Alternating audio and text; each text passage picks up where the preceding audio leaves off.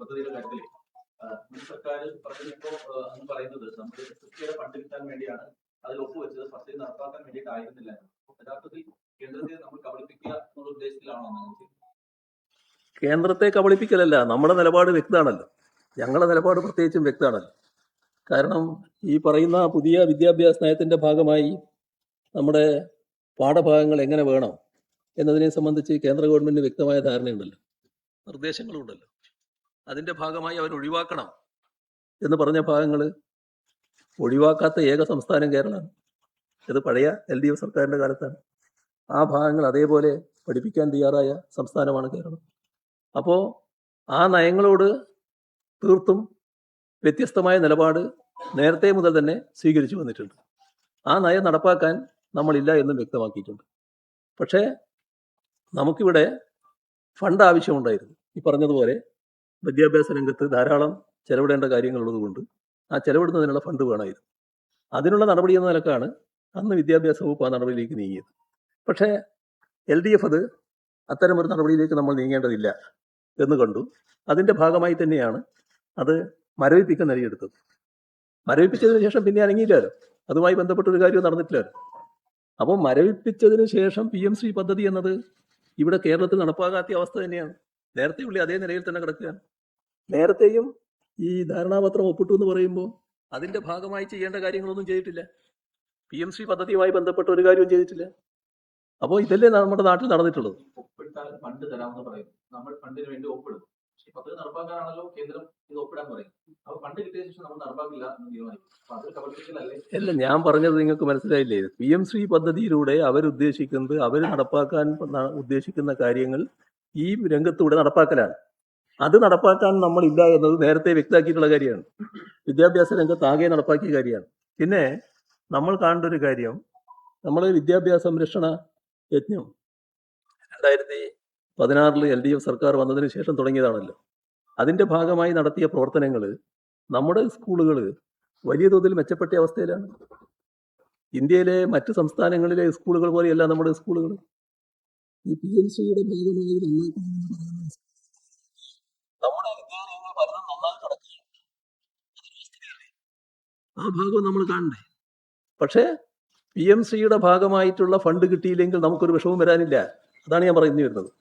PMCയുടെ ഭാഗമായുള്ള ഫണ്ട് ഇവിടെ കിട്ടിയില്ലെങ്കിൽ കേരളത്തിൻ്റെ വിദ്യാഭ്യാസ രംഗത്തിന് ഒരു പ്രോബ്ലം ഏൽക്കില്ല.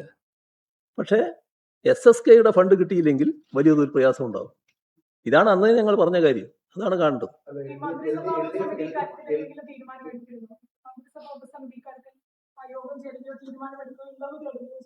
മന്ത്രിസഭാ ഉപസമിതി ഇതിന്റെ മറ്റ് വിശദാംശങ്ങൾ പഠിക്കുമെന്നല്ലേ പറഞ്ഞത്. അത് നടപ്പാക്കേണ്ട വിശദാംശങ്ങളല്ലേ, അതിന്റെ കാര്യങ്ങളിലേക്ക് പിന്നെ പോയിട്ടില്ല. മാത്രമല്ല ഒരു ഇളവ് തേടാൻ പോലും അന്നത്തെ സംസ്ഥാന സർക്കാർ തയ്യാറായില്ല.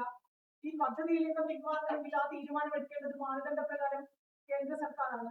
അല്ലെങ്കിൽ ഇത്തരത്തിലുള്ള ഇളവുകൾ തേടി അത്തരം ഒരു തുടർ ചർച്ചയ്ക്ക് വേണമെങ്കിൽ സംസ്ഥാനത്തിന് ശ്രമിക്കാം. ഇതൊന്നും ചെയ്തില്ല എന്നൊരു ആക്ഷേപമാണ് ഇപ്പോൾ ഇവിടെ. അതല്ലേ ഞാൻ പറഞ്ഞത്, അതൊക്കെ വിദണ്ഡവാദങ്ങളാണ്. നമ്മുടെ ഒരു സംസ്ഥാനത്ത് നടപ്പാക്കേണ്ടതില്ല എന്ന് തീരുമാനിച്ചാൽ ഏത് ഘട്ടത്തിലും ആ സർക്കാർ നടപ്പാക്കാതിരിക്കാം. ഇവിടെ PMC നടപ്പാക്കുന്നതുമായി ബന്ധപ്പെട്ട ഒരു കാര്യവും നടന്നിട്ടില്ല. PMC പദ്ധതി നടപ്പാക്കുന്നതുമായി ബന്ധപ്പെട്ട ഒരു നിർദ്ദേശങ്ങളും ഇവിടെ നമ്മുടെ മുന്നിലില്ല. അപ്പോൾ PMC പദ്ധതി നടപ്പാക്കണമെങ്കിൽ ഇനി പുതിയ നിർദ്ദേശങ്ങൾ കൊടുക്കണം. ആ പുതിയ നിർദ്ദേശങ്ങൾ കൊടുക്കുന്നതിനാണ് ഇപ്പോൾ UDF ഗവൺമെന്റ് ആലോചിച്ചുകൊണ്ടിരിക്കുന്നത്. ആ പുതിയ നിർദ്ദേശങ്ങൾ എന്തിനാണ് കൊടുക്കുന്നത്? PMC പദ്ധതി നടപ്പാക്കാൻ തയ്യാറില്ലെങ്കിൽ ഒരു നിർദ്ദേശം കൊടുക്കാതിരുന്നാൽ പോരെ? ഞങ്ങൾ നിർദ്ദേശം തരാൻ തയ്യാറില്ല എന്ന് പറഞ്ഞാൽ പോരെ? ഇപ്പം വേറൊരു ഉദാഹരണം ഞാൻ പറഞ്ഞല്ലോ, പഞ്ചാബിൻ്റെത്. അതൊരു അനുഭവമല്ലേ രാജ്യത്തിന് മുന്നിലുള്ളത്. നടപ്പാക്കിയ സ്ഥലത്ത് തന്നെ പിന്നെ ഞങ്ങൾ നടപ്പാക്കുന്നില്ല എന്ന നിലപാടെടുത്തതല്ലേ. അതാണ് കാണുന്നത്. നമ്മളിങ്ങനെ ഒരു കുറുക്കുവഴി തേടി എന്നുള്ളതാണ് ഒരു ആരോപണം. അതായത് വല്ല കോടതികളെ സമീപിക്കും. മുമ്പേയും കേരളം സമീപിച്ചിട്ടുണ്ടല്ലോ.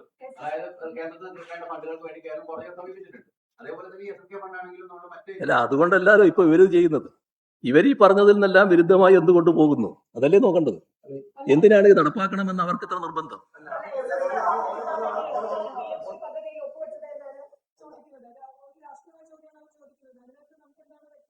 ഏതാണ്? അല്ല, നിങ്ങൾ എന്തിനാണ് ഇപ്പം PMC പദ്ധതി നടപ്പാക്കാൻ ഇത്ര തൃപ്തിപ്പെടുന്നത്? PMC പദ്ധതി നടപ്പാക്കേണ്ട കാര്യം ഇപ്പൊ ഇല്ലാലോ, ഇപ്പൊ നടപ്പാക്കുന്നില്ലാലോ. ഇപ്പൊ നടപ്പാക്കണമെങ്കിൽ നിങ്ങൾ ചെയ്യേണ്ട കുറെ കാര്യങ്ങളുണ്ട്. ആ കാര്യങ്ങൾ ചെയ്താൽ മാത്രമേ നടപ്പാകൂ. എന്തിനാണ് അതിന് പോകുന്നത്? ഇപ്പൊ ഉള്ളെടുത്ത് കടന്നാൽ പോരെ? PMC പദ്ധതി നടപ്പാകില്ലല്ലോ. ഇപ്പൊ ഉള്ളെടുത്ത് കടന്നാൽ PMC പദ്ധതി നടപ്പാകില്ലല്ലോ.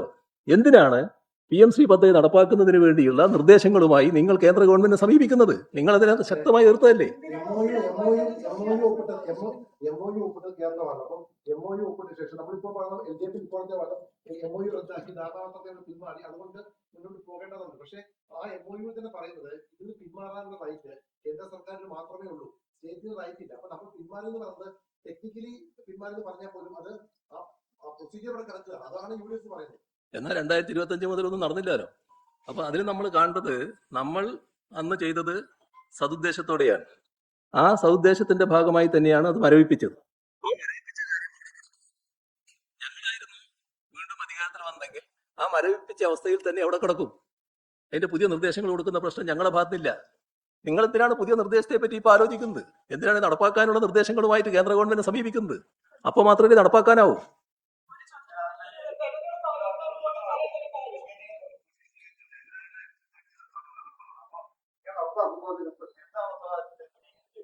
ലീഗിന്റെ മന്ത്രി മുഖേനയല്ലേ നടപ്പാക്കാൻ തന്നെ നോക്കുന്നത്?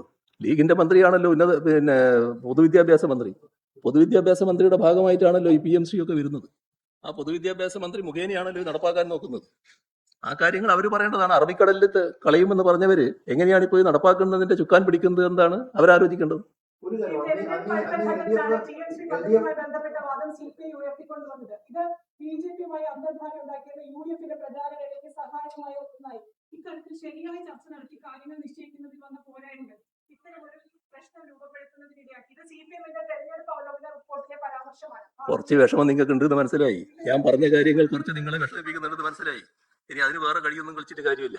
നിങ്ങൾ എന്തിന് ഈ പദ്ധതിയുമായി മുന്നോട്ട് പോകുന്നു? ആ കാര്യം മാത്രം നിങ്ങൾ അങ്ങനെ ആലോചിച്ചാൽ മതി. അത് ദേശം വിഷമമുള്ളൊരു കാര്യമാണ് നിങ്ങൾക്ക്. അതൊക്കെ മനസ്സിലാകുന്നുണ്ട്. അവരെ വെച്ച വിഷമാണ് ഞാൻ പറഞ്ഞത്. അവർക്കുള്ള വിഷമം നിങ്ങൾക്കുള്ള വിഷമാണെങ്കിൽ നിങ്ങൾക്കും ബാധക തന്നെ. LDFന് റൈറ്റ് ഉണ്ട്, നടപ്പാക്കിയിട്ടില്ലല്ലോ. LDFന് റൈറ്റ് ഉണ്ട്. LDFന് റൈറ്റ് എന്താ? LDF ഇത് മരവിപ്പിച്ചതാണ്. ആ മരവിപ്പിച്ചതിന് ശേഷം ഒരു കാര്യവും നടന്നിട്ടില്ല. ഞങ്ങളിപ്പോ ഇതെല്ലാം നടപ്പാക്കാൻ പോകുന്നു എന്ന് പറഞ്ഞുകൊണ്ട് UDF മുന്നോട്ട് പോവുകയാണ്. അതെന്ത് അടിസ്ഥാനത്തിലാണ് എന്താണ് ചോദിക്കേണ്ടത്? ഒപ്പിട്ട നടപടിയിൽ പുനഃപരിശോധന വേണോ ഈ പാർട്ടി റിപ്പോർട്ട്? അല്ല, പ്രശ്നം എന്ന് പറഞ്ഞു കഴിഞ്ഞാൽ ഘടകകക്ഷിയെ CPIയെ പോലും ഇട്ടു നിർത്തി മന്ത്രിസഭയോട് CPIയോട് പറയാതെ CPM മുന്നേ എടുത്ത് അങ്ങ് മുന്നേ എടുത്ത് ഒപ്പിട്ടുന്ന ആക്ഷേപമാണ് അന്നുപോലെ നിൽക്കുന്നത്. അപ്പൊ നമുക്ക് റൈറ്റ് ഉണ്ടോ UDFനെ കുറ്റപ്പെടുത്താൻ എന്നാണ് ചോദ്യം.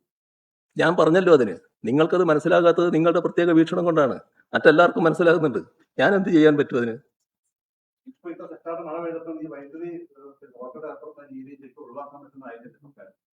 അല്ല, ലോഡ് ഷെഡിങ്ങിന്റെ കാര്യത്തില് സർക്കാർ കുറച്ചുകൂടി ഗൗരവമായിട്ട് കാര്യങ്ങൾ ആലോചിക്കണം. ഇത് ഇന്നത്തെ ഘട്ടത്തില് അത് നടപ്പാക്കുന്നത് വലിയ പ്രയാസങ്ങൾ സൃഷ്ടിക്കുന്നുണ്ട്. പ്രത്യേകിച്ച് ആളുകൾക്ക് വല്ലാത്ത വികാരങ്ങൾ ഉണ്ടാകുന്നുണ്ട്. അത് മനസ്സിലാക്കാൻ സർക്കാർ തയ്യാറാണ്. ഞാനൊരു മറ്റ് രാഷ്ട്രീയമായിട്ട് പറയുന്ന കാര്യമല്ല, ഇത് നാട്ടിന്റെ ഒരു പൊതുവികാരമാണ്. അത് മനസ്സിലാക്കി സർക്കാർ പ്രവർത്തിക്കാൻ തയ്യാറാകണമെന്നാണ് എനിക്കതിൽ അഭ്യർത്ഥിക്കാനുള്ളത്. ഈ ഗവർണർ വിളിച്ച യോഗത്തിൽ മുൻകൂട്ടി സർക്കാർ ഇടപെടുകയോ അക്കാര്യത്തിൽ നിർദ്ദേശം കൊടുക്കുകയും ചെയ്തില്ല. യോഗം നടന്നു, ഉന്നത ഉദ്യോഗസ്ഥരുടെ യോഗത്തിൽ പങ്കെടുക്കുകയും ചെയ്തു.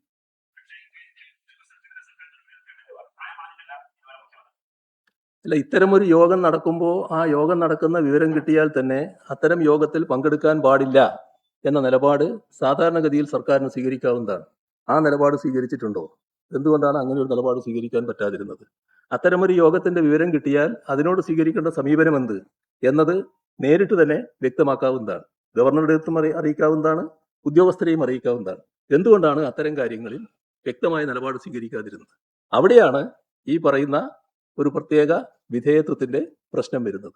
അത് നമ്മുടെ നാടിന് ചേർന്നതല്ല, നമ്മുടെ നാടിന്റെ മതനിരപേക്ഷതയ്ക്ക് ചേർന്നതല്ല. ആ കാര്യം ഗൗരവമായി തന്നെ ഗവൺമെന്റ് കാണേണ്ടതായിട്ടുണ്ട്.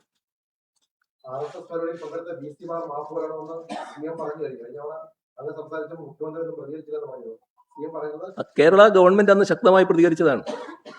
ഗവൺമെന്റ് ഒരു ഘട്ടത്തിലും അനങ്ങാതെ നിന്നിട്ടില്ല, ശക്തമായി പ്രതികരിച്ചിട്ടുണ്ട്. ഇത് ഞാൻ പറഞ്ഞതിന് ശേഷമാണല്ലോ പ്രതികരണം തന്നെ വരുന്നത്. അത് നിങ്ങൾ നോട്ട് ചെയ്തിരോന്ന് അറിയില്ല. ഈ വൈദ്യുതി പ്രതിസന്ധി 30 വരെ എന്തായാലും തീർച്ചയായിട്ടും ഒരു റെസ്ട്രിക്ഷൻ വേണ്ടി വരുന്ന വൈദ്യുതി പറയുന്നത് അത്ര മോശമായ സ്ഥിതിയിലായിരുന്നു ശരിക്കും നമ്മുടെ പവർ സെക്ടർ ഉണ്ടായിരുന്നത്. പവർ സെക്ടർ അത്രമാത്രം അപകടസ്ഥിതിയിലാണെന്ന് എനിക്ക് തോന്നുന്നില്ല. അത് കാര്യങ്ങൾ ഗവൺമെന്റ് വ്യക്തമാക്കേണ്ടതാണ് എന്താണെന്നുള്ളത്. പൊളിറ്റ് ബ്യൂറോ എന്ന കാര്യം ചോദിക്കണം. മലപ്പുറത്ത് നടന്ന EMS ബന്ധപ്പെട്ട ഒരു അനുഭവത്തിൽ പറയും ജനറൽ സെക്രട്ടറി പറഞ്ഞൊരു പ്രധാനപ്പെട്ട പ്രസംഗം സമൂഹ മാധ്യമങ്ങളെല്ലാം ഉണ്ട്. PK ഷാറിനെ സ്ഥാനാർത്ഥിയാക്കിയതിൽ സംസ്ഥാന സെക്രട്ടറി ആയിരുന്ന MP ഗോവിന്ദൻ ഔചിത്യം കാണിക്കണമായിരുന്നു ഒരു പരാമർശം ജനറൽ സെക്രട്ടറി ഉണ്ടായിട്ടുണ്ട്. അതിന് വിലയിരുത്തൽ സ്റ്റേറ്റ് കമ്മിറ്റി നടത്തിയിട്ടുണ്ട്. തെരഞ്ഞെടുപ്പുമായി ബന്ധപ്പെട്ട് വിശദമായ പരിശോധനയാണ് ഞങ്ങൾ നടത്തിയത്. ഞങ്ങൾ സാധാരണഗതിയിൽ ഈ തെരഞ്ഞെടുപ്പിൽ വിജയിച്ച് വരുമെന്ന് കണക്കാക്കിയതാണല്ലോ. പക്ഷേ പരാജയമാണ് ഞങ്ങൾക്ക് ഏറ്റുവാങ്ങേണ്ടി വന്നത്. ആ പരാജയം അംഗീകരിച്ചുകൊണ്ട് അതിനുള്ള കാരണങ്ങൾ വിശദമായി പരിശോധിക്കുകയാണ് ഞങ്ങൾ ചെയ്തത്. ആ പരിശോധനയിൽ എല്ലാ വിശദാംശങ്ങളിലേക്കും പോയിട്ടുണ്ട്. പക്ഷേ ആ പരിശോധനയുടെ ഭാഗമായി ഇത്തരത്തിൽ ഒരു വ്യക്തിപരമായ വീഴ്ച സംഭവിച്ചു എന്ന വിലയിരുത്തൽ ഉണ്ടായിട്ടില്ല.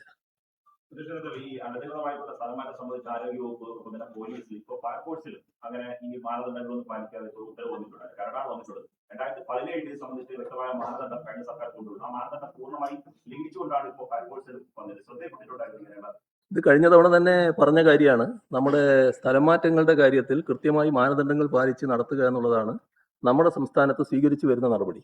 അതിൽ നിന്ന് വ്യത്യസ്തമായി കാര്യങ്ങൾ നീങ്ങുകയാണ്. അതാണ് ഗവൺമെന്റ് യഥാർത്ഥത്തിൽ അധികാരമേൽക്കുന്നതിന് മുൻപ് തന്നെ ഭൂരിപക്ഷം ഇപ്പോഴത്തെ ഗവൺമെന്റിന് കിട്ടിയെന്ന് വന്നപ്പോൾ തന്നെ ചില നീക്കങ്ങൾ ഉണ്ടായിരുന്നു. അതിന്റെ ഭാഗമായി ചില വകുപ്പുകൾ ചില നിവേദനങ്ങൾ പരാമർശിച്ചുകൊണ്ട് ഞങ്ങൾ സ്ഥലം മാറ്റുന്നു പറഞ്ഞുകൊണ്ട് ആ നിവേദനത്തിന്റെ അടിസ്ഥാനത്തിൽ സ്ഥലം മാറ്റുന്നു പറഞ്ഞുകൊണ്ട് ഉത്തരവും പുറപ്പെടുവിച്ചു. ആ ഉത്തരവിന്റെ കാര്യത്തിലാണ് KIT മറ്റും ഇടപെടുന്ന നില പിന്നീട് വന്നത്. അങ്ങനെയുള്ള സാധാരണ ചട്ടവിരുദ്ധമായിട്ടുള്ള കാര്യങ്ങളടക്കം സംഭവിച്ചു കഴിഞ്ഞിട്ടുണ്ട്. ഇക്കാര്യത്തിൽ കൃത്യമായ നിയതമായ മാനദണ്ഡങ്ങളുള്ളതാണ്. ആ മാനദണ്ഡങ്ങൾ അനുസരിച്ചാണ് കാര്യങ്ങൾ നടക്കേണ്ടത്. അതല്ല ഇപ്പൊ നടക്കുന്നത്. ഇത് സിവിൽ സർവീസിൽ വലിയ തോതിൽ അസംതൃപ്തി ഉണ്ടാക്കുന്ന ഒരു കാര്യമാണ്. സിവിൽ സർവീസിൽ അസംതൃപ്തി ഉണ്ടാക്കി പോവുക എന്നത് ഒരു ഗവൺമെന്റ് ചെയ്യേണ്ട കാര്യമല്ല.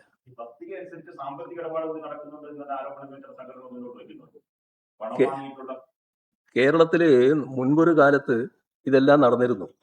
കഴിഞ്ഞൊരു ദശാബ്ദക്കാലമായിട്ട് ഏതെങ്കിലും തസ്തികയുടെ കാര്യത്തിലോ എവിടെയെങ്കിലും സ്ഥലമാറ്റത്തിന്റെ കാര്യത്തിലോ അങ്ങനെയുള്ള ഒരു ആക്ഷേപവും ഇവിടുന്ന് ഉയർന്നിരുന്നില്ല. അത്തരത്തിൽ സുതാര്യമായി കാര്യങ്ങൾ നടക്കുന്നൊരു നാടായി നമ്മുടെ നാട് മാറിയിട്ടുണ്ട്. അതിനെ തിരിച്ചു പോകാതിരിക്കാൻ അല്ലെങ്കിൽ തിരിച്ചു പോക്കാതിരിക്കാൻ ഉള്ള ജാഗ്രത സർക്കാർ കാണിക്കേണ്ടതാണ്.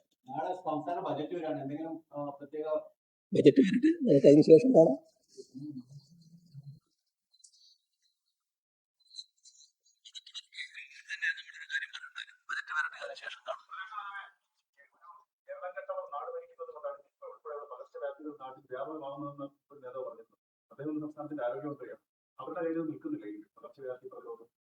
അതൊക്കെയാണല്ലോ കഴിഞ്ഞ തവണ ഞാൻ പറഞ്ഞത്. വീണ്ടും അത് ആവർത്തിക്കേണ്ട കാര്യമില്ലല്ലോ. അങ്ങനെയൊരു ഈ മന്ത്രി ആര്, കക്ഷി ആര്, ഗവൺമെന്റ് ആര് എന്നൊന്നും നോക്കിയിട്ടല്ല പകർച്ചവ്യാധി വരുന്നത് എന്ന് ഈ ചുരുക്കിയ ദിവസങ്ങൾ കൊണ്ട് തന്നെ ഒരു മാസക്കാലാവുകയാണ്. ഈ ഒരു മാസക്കാലം കൊണ്ട് തന്നെ അദ്ദേഹത്തിനും ബോധ്യമായി കഴിഞ്ഞിട്ടുണ്ടാവും. അതാണ് കഴിഞ്ഞ തവണ ഞാൻ പറഞ്ഞത്. അത് തന്നെയാണ് ഇപ്പോഴും എനിക്ക് ആവർത്തിക്കാനുള്ളത്. അപ്പൊ നമുക്കിവിടെ നിർത്താം അല്ലേ? ശരി ശരി.